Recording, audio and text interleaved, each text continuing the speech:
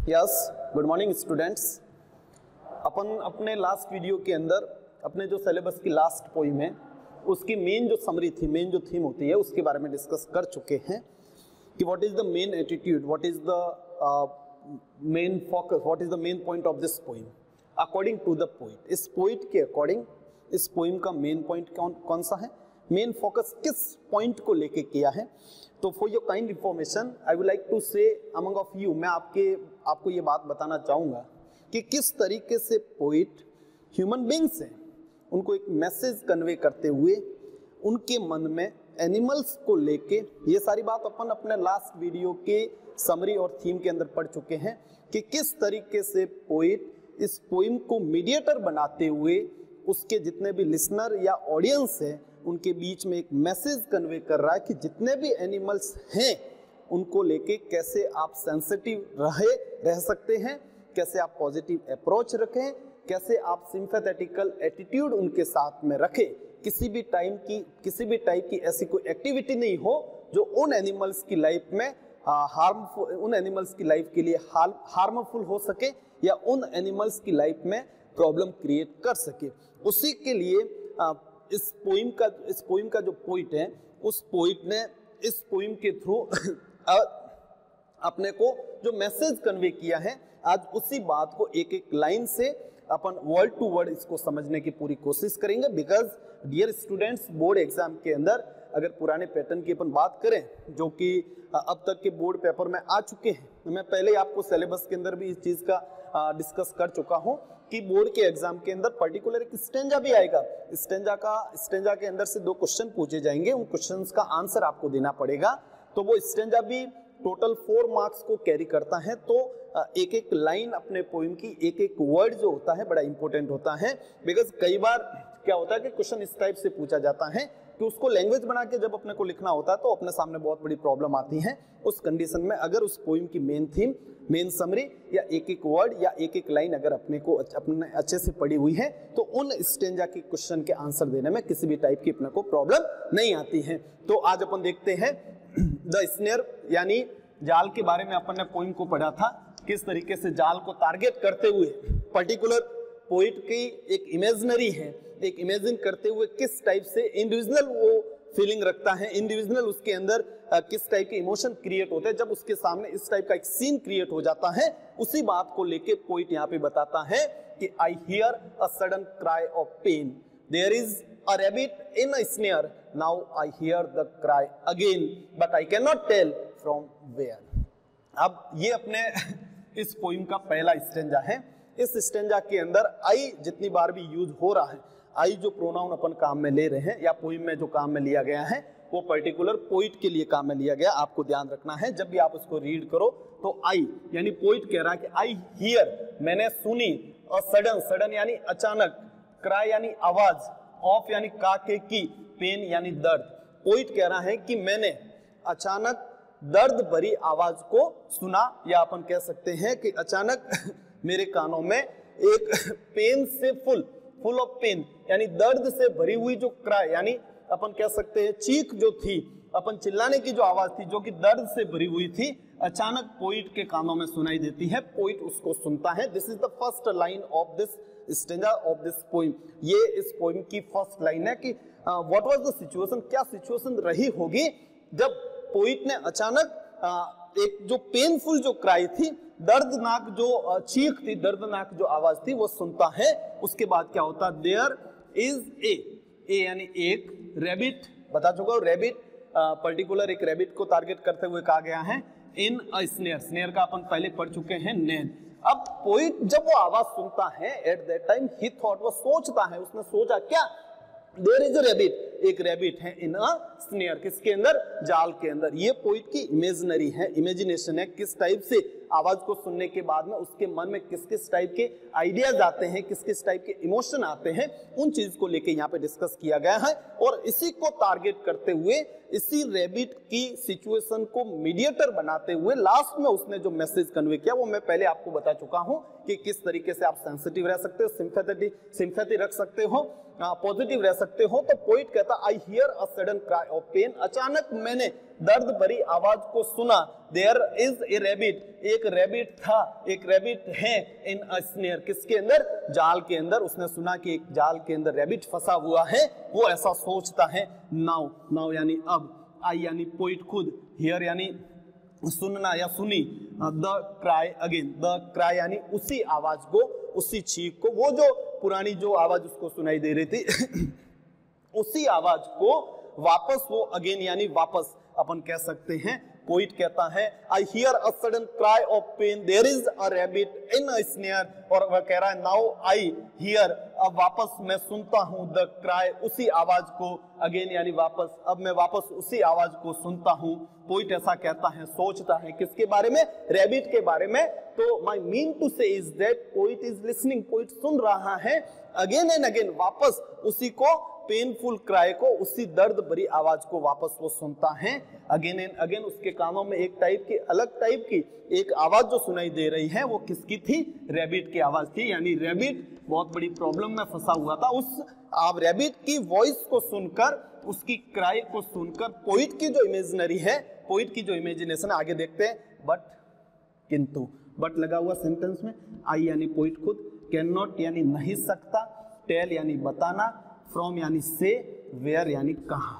But it is so difficult for me to find out the place, उस जगह को ढूंढ पाना कि वो जगह कौन सी थी, वेयर कहां से वो आवाज आ रही थी। बट आई कैन नॉट, मैं नहीं बता सकता, टेल यानी बताना, फ्रॉम वेयर कि कहां से, क्या चीज, वो पेनफुल क्राई मेरे कानों तक सुनाई दे रही थी। सुन तो मैं रहा था, बट उस जगह को फाइंड आउट करना, उस जगह को ढूंढ पाना मेरे लिए बहुत मुश्किल हो गया था, सर्च करना मेरे लिए बहुत मुश्किल हो गया था। Once again I would like to explain this stanza. एक बार वापस मैं इस स्टेंजा को डिस्क्राइब करता हूं। I hear a sudden cry of pain, अचानक मैंने एक दर्द भरी आवाज को सुना। There is a rabbit in a snare, एक रैबिट फंसा हुआ है जाल के अंदर। Now I hear the cry again, वापस मैंने उस आवाज को सुना या सुनता हूं। But I can not tell from where, लेकिन मैं उस जगह को नहीं बता सकता, नहीं बता पा रहा हूं कि from where is the rabbit, what was his situation, what was his condition, उसकी कंडीशन क्या है। It is so difficult for me to find out the place, उस जगह को ढूंढ पाना मेरे लिए बहुत ही डिफिकल्ट है। ऐसा कौन कह रहा है, पोइट कह रहा है। किसके बारे में कह रहा है, रैबिट के बारे में कह रहा है। क्या कह रहा है, पोइट ने अचानक अपने कानों में दर्द भरी चीख या चिल्लाहट को सुना। वो आवाज तो उसको पता चल गई कि आवाज रैबिट की थी, लेकिन उस प्लेस को, उस जगह को सर्च करना, फाइंड आउट करना पोइट के लिए बहुत ही डिफिकल्ट था। Again and again he is listening, again and again, बार बार वो सुन रहा था the cry of the rabbit, उस रैबिट की आवाज को बार बार वो सुन रहा था। बट उस जगह को फाइंड आउट करना, सर्च करना उसके लिए इतना इजी नहीं था। This is the first stanza of this poem. इस फर्स्ट स्टेंजा के अंदर पोइट यही बताना चाहता है कि मैंने आवाज को सुना, आवाज रैबिट की थी, रैबिट की आवाज को मैं बार बार सुनता हूं, लेकिन वो आवाज कहां से आ रही थी, इस जगह को, उस प्लेस को मैं फाइंड आउट नहीं कर पाता हूं। नेक्स्ट स्टेंजा अपन देखते हैं, सेकंड स्टेंजा। आपको बताना चाहूंगा कि फर्स्ट स्टेंजा की जो लास्ट लाइन है वही नेक्स्ट स्टेंजा यानी सेकंड स्टेंजा की फर्स्ट लाइन है। आप देख सकते हो, बट, किंतु, बट लगा हुआ है, आई यानी मैं, पोइट खुद की बात हो रही है, कैन नॉट यानी नहीं सकता, टेल यानी बताना, फ्रॉम वेयर, फ्रॉम यानी से, वेयर यानी कहां। मैं उस जगह को नहीं बता सकता कि कहां से वो आवाज आ रही थी। उस जगह को फाइंड आउट करना मेरे लिए इतना इजी नहीं था। पोइट इस बात को सोच के he is thinking about the situation of the rabbit, वह रैबिट की सिचुएशन के बारे में सोचता है।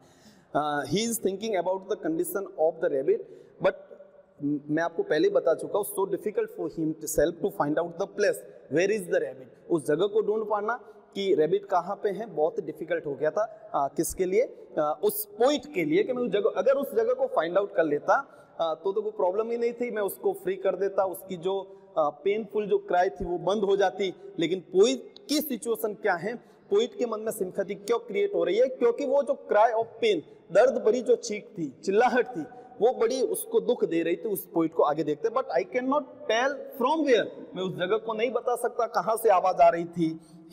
ही यहाँ पे जो आ रहा है आपको ध्यान रखना, रैबिट के लिए आ रहा है। ही किसके लिए आ रहा है? रैबिट के लिए। आई किसको रिप्रेजेंट करता है? पोइट को। ही प्रोनाउन किसको रिप्रेजेंट कर रहा है? रैबिट को। ध्यान रखना, आप बोर्ड एग्जाम में भी आंसर लिखो तब ध्यान रखना है। ही इज, वह ही is calling out. Calling out का मतलब होता है पुकारना। वह पुकारता है, पुकार रहा था। कॉलिंग आउट का मतलब होता है पुकारना।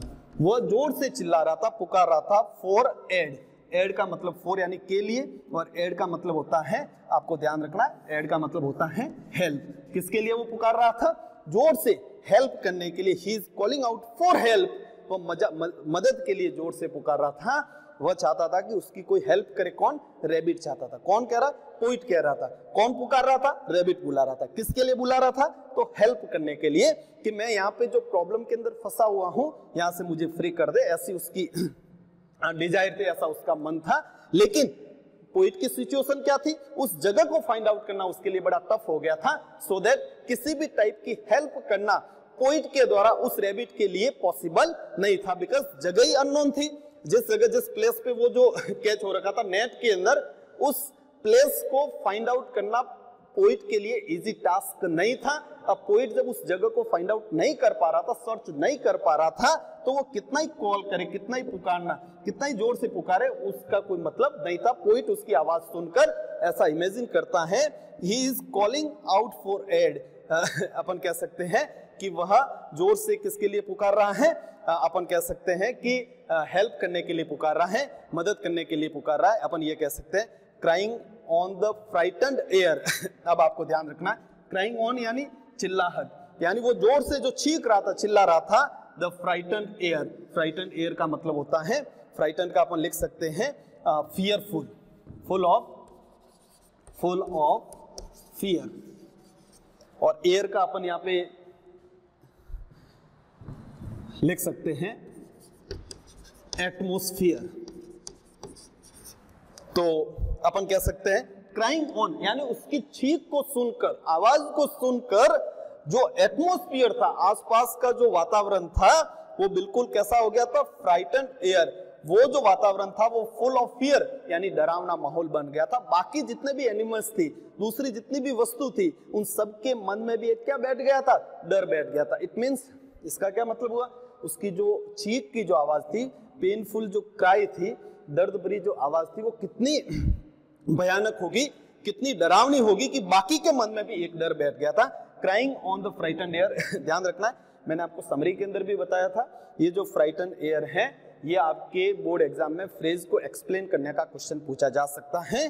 तो पेनफुल क्राई किसकी? रैबिट की इतनी मतलब फियरफुल थी कि पूरा जो एटमॉस्फेयर था उसके बीच में भी एक डर बैठ गया था सभी के मन में। मेकिंग एवरीथिंग, एवरीथिंग यानी एक एक वस्तु, हर चीज में अफ्रेड, अफ्रेड यानी डर। अपन कह सकते हैं कि एक एक वस्तु के मन में क्या बैठ गया था? डर बैठ गया था। मैं आपको पहले ही बता चुका हूं, दोनों सेंटेंस को साथ पढ़ते हुए समझे। Crying on the frightened air यानी चीख या चिल्लाहट के कारण क्या हो चुका था? फ्राइटेंड एयर यानी डरावना माहौल हो गया था। और उस डरावने माहौल, डरावने वातावरण के कारण everything afraid, making everything afraid, हर वस्तु, हर जानवर, हर चीज के मन में एक अजीब तरीके का डर बैठ गया था। ये आपको ध्यान रखना। सेकंड स्टेंजा एक बार वापस देखें। But I can not tell from where, मैं नहीं बता सकता आवाज कहां से आ रही थी। कौन नहीं बता सकता? पोइट नहीं बता सकता। क्या नहीं बता सकता? पेनफुल जो क्राई, चिल्लाने की आवाज थी, वो कहां से आ रही थी? He is calling out for aid, वो मदद के लिए पुकार रहा था। कौन? रैबिट पुकार रहा था। एड का मतलब सिनोनिम्स होता है हेल्प।